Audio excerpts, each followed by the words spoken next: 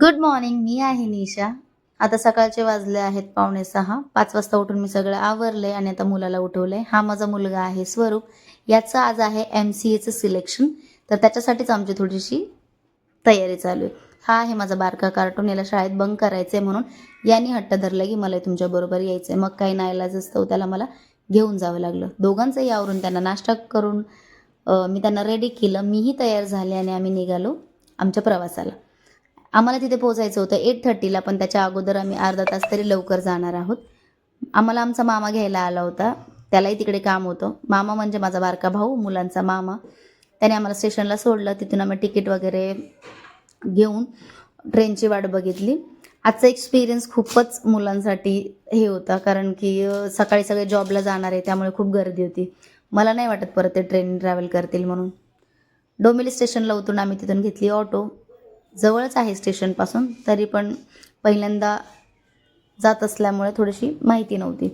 मग आमचं फायनली आम्ही पोहोचतो आमच्या डेस्टिनेशनला, त्या ग्राउंडला जिथं MCAचं सिलेक्शन चालू होतं. खूप सारे लोक आले होते. काल पण एक दिवस आदल्या दिवशी याचं सिलेक्शन होतं, पण याचं लास्ट एक्झाम असल्यामुळे मी त्याला पाठवलं नव्हतं. मग आम्ही आज आलो होतो. थोडीशी भीती वाटत होती त्याला. तो घाबरला होता की मम्मा आज असेल की नाही, आणि ट्रेनच्या गोंधळामुळे तो थोडासा उदास झाला होता.